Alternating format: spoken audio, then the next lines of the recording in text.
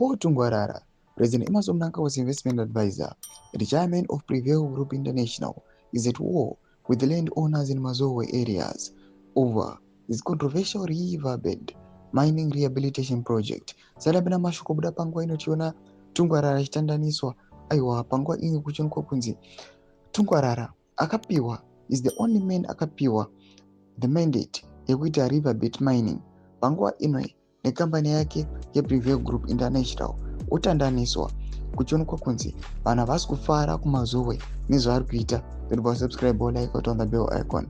Deep down the news also chiti Tungwarara has been awarded an exclusive controversial contract for a national presidential river rehabilitation program.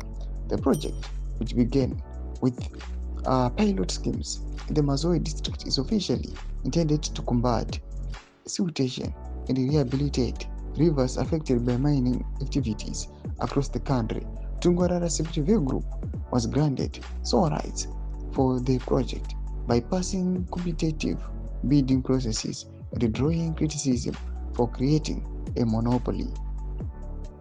The project is designed to tackle siltation and environmental damage, particularly focusing on desilting rivers in Mashonaland Central and other areas, reportedly targeting areas previously mined by Chinese companies.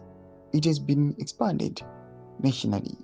The deal has attracted significant scrutiny amid accusation that it is a front for an unauthorized lucrative mining of gold from riverbeds under the guise of rehabilitation. Tungwarara claims he is not being paid for the massive project, which is untrue. Doma developments aripo panguva ino muri Zimbabwe. Pinda comment section medu zvamufungura imi muri kudii pamusoro pechitiko ichi neconflict iyi. So subscribe or like, check on the bell icon.